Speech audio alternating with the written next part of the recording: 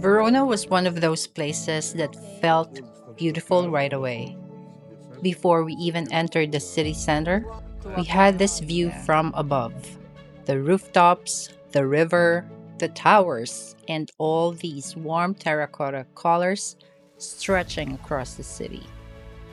It honestly felt like looking at a painting. And I think that was the first thing that made Verona special for me. It was calm. It was not overwhelming. It was not trying too hard. It just had this soft, romantic atmosphere that slowly pulled us in. From up here, you can really see how the city is laid out. The Adige River wrapping around it, the old rooftops packed closely together, and the church towers rising above everything. It is such a beautiful first impression. We stayed here for a little while because the view was just too good to rush. You can see the whole city from this point, and the more you look, the more details you start noticing.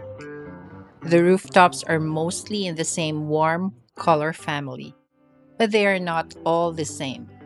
Some are higher, some are lower, some are faded, some are brighter. It gives the city this layered texture. And then the river cuts through the middle with this soft green color. It makes the city feel peaceful, almost like it is being held together by the landscape. Going to the very top of Castel del Pietro. This is the kind of view that reminds you why Italian cities are so memorable. It's not just one building, it is the whole composition: rooftops, water, towers, trees, and light.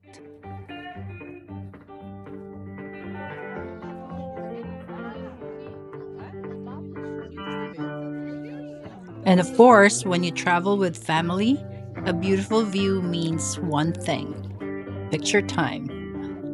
Everyone is trying to find the best angle.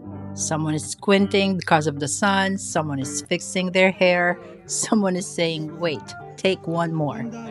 These are the little moments that make a trip feel real. The view was beautiful, but what I remember most is just standing there together, enjoying it, taking photos, laughing a little, and trying to capture the moment before moving on. Sometimes travel is not about doing something dramatic. It's just being in a beautiful place with people you love. That was this moment. After the overlook, we started walking down toward the city. And this is where Verona started to change. From above, it looked like a postcard. But as we got closer, it became more textured: stone walls, trees, railings, steps, narrow paths, and these little corners that felt very old and quiet. I always love this transition when traveling. You begin with a big view, and then slowly the city starts showing you the details. You go from seeing the skyline to noticing the walls, from seeing the whole city to feeling the city around you. Verona has a lot of that feeling. Once we reached the historic streets, everything felt more intimate. The buildings are not huge in a modern way, but they have so much character. You see old plaster, shutters, iron balconies, stone frames around the windows, and doors that look like they have been there forever. This sounds simple, but I always notice doors when I travel. A doorway can tell you so much about a city. In Verona, the doors felt heavy and old, with beautiful stone around them. Some had more detail, but all of them had this sense of history. And it made me think about how different older architecture feels compared to newer spaces. That's the Scaligari funeral. These are the funerary monuments of the Della Scala family. the same powerful ruling family connected to Castelvecchio, and they feel completely different from the castle. It feels vertical, delicate, and almost lace like. Gothic details rising upward, pointed arches, carved stone, ironwork, and sculptural figures all packed into a small space with so much presence. Just a few steps from Scaligere Funerari, the Scala della Ragione is one of those architectural moments that feels simple at first, just a staircase inside a historic courtyard. But once you look at it, it becomes such a beautiful composition. The brick, the arches, the rhythm of the steps, and the way it rises through the space all feel very Verona. It is not as famous as the arena or Juliet's balcony, but it has this quiet architectural charm. What I love about places like Verona, the beauty is not only in the landmarks, it is in the small things you pass along the way. As someone who loves interiors and design, I kept looking at the colors and textures, the warm walls, the faded tones, the dark iron details, and the natural stone. There's so much inspiration in just walking around. That's something I always appreciate in European cities. They do not erase time, they allow time to become part of the charm. And then, of course, we had to slow down. A day trip needs a pause. We stopped for food and drinks, and honestly, these are some of my favorite travel moments. You're part of the rhythm of it for a little while. Even a simple lunch feels like an experience because of the setting. My Verona Aperol Spritz is And here. Yes, an Aperol Spritz always makes the scene feel even more Italian. It is such a small thing, but when you look back, those little pauses are what make the day feel complete.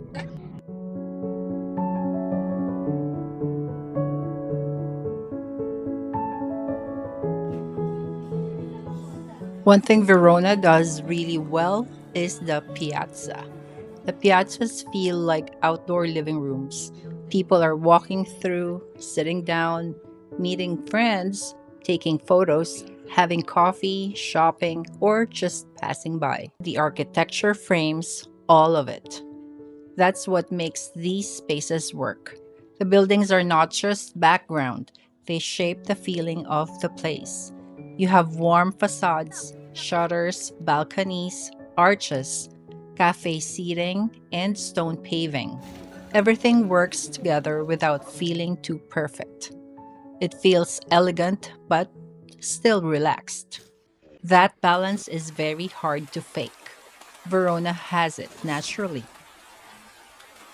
Piazza del Erbe was one of the most beautiful parts of the walk.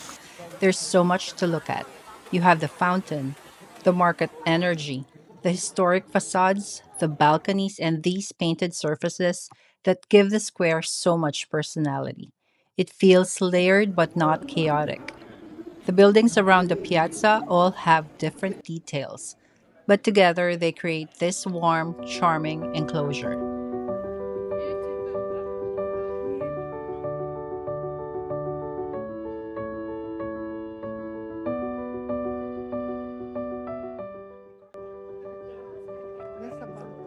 Of course, when you are in Verona, you eventually find yourself near Juliet's balcony. It is one of those places where you already know it will be crowded, but you still want to see it.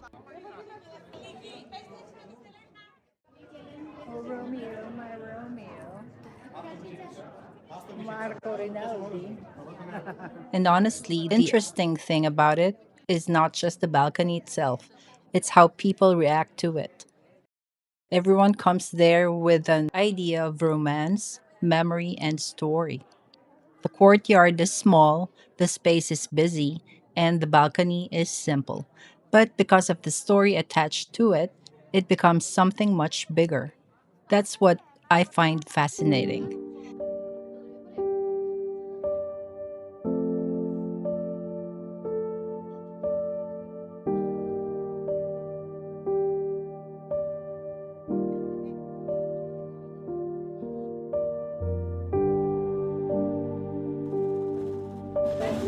Grazie. Sometimes architecture becomes powerful, not because it is grand, but because people attach emotion to it.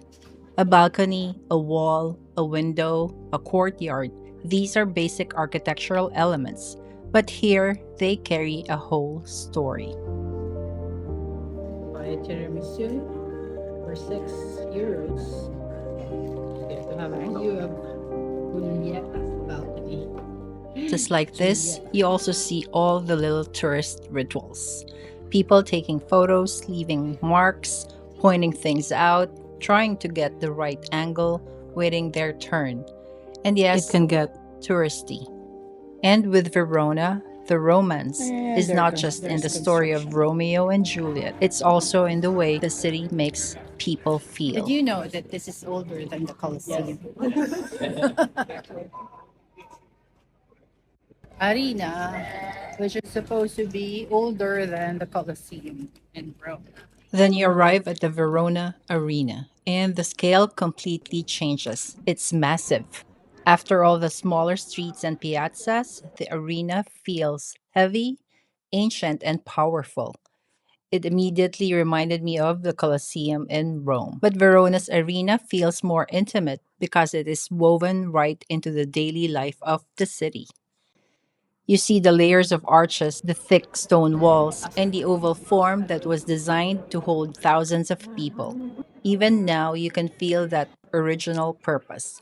It was built for gathering, for spectacle, for sound, and for shared experience. It reminds you that architecture can last for centuries when people keep finding ways to use it, gather around it, and giving it meaning.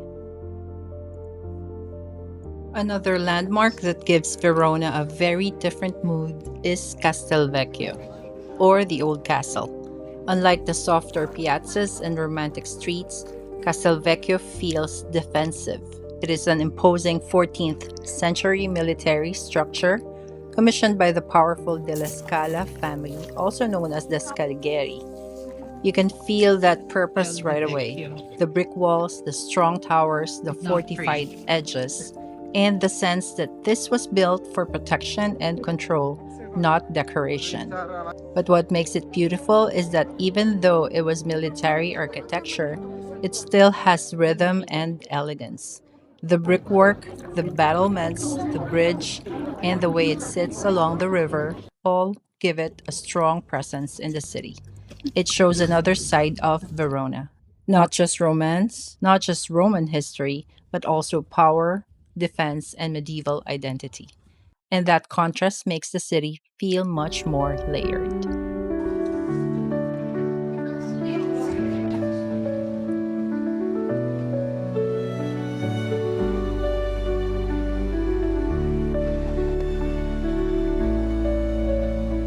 Our last stop in Verona was Ponte Pietra, and it honestly felt like the right place to end the day. After walking through the piazzas, the arena, the castle, and the narrow streets, the bridge brings you back to the river, back to the larger landscape of Verona.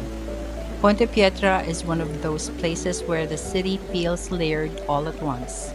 You see the stone bridge, the Adige River moving underneath, the hillside rising behind it, and the historic buildings sitting along the water. It is not just crossing, it is a viewpoint. And what I love is how the bridge feels old without feeling distant.